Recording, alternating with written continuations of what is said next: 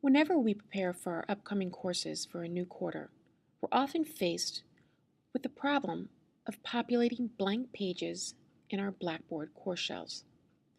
The announcements, faculty information, course syllabus, maybe even course documents or student resources. And when we are sitting at the computer staring at those blank pages, this can often be a daunting task. The clock is ticking and our creative skills might take a back seat to practicality. That is where learning just a little bit of HTML can come in handy. Rather than creating the same old Blackboard pages, we can add a little bit of visual interest to our courses, something that will separate our courses from the bland and boring to a little bit more exciting for the students.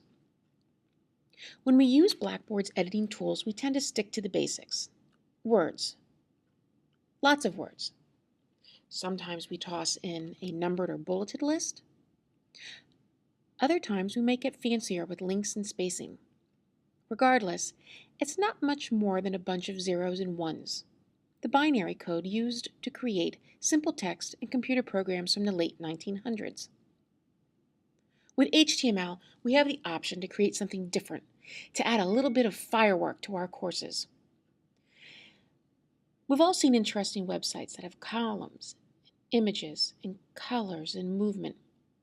We know what websites strike our own interest.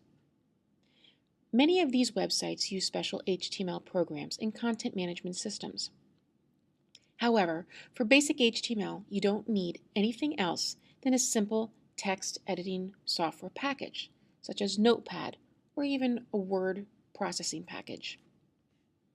This workshop will introduce you to HTML at a very basic level. The intent is to allow faculty to begin exploring basic HTML, the formatting of fonts, creation of colors, editing tables. These are things that you can use in your courses to make the material a little more exciting than just plain text. You should plan on spending between 1 and 2 hours on this workshop. At the end of the workshop, you will have completed several very short self-assessments where you are actually practicing HTML code in Blackboard to demonstrate what you have learned. I hope you enjoy the workshop, and I look forward to working with you in the next week.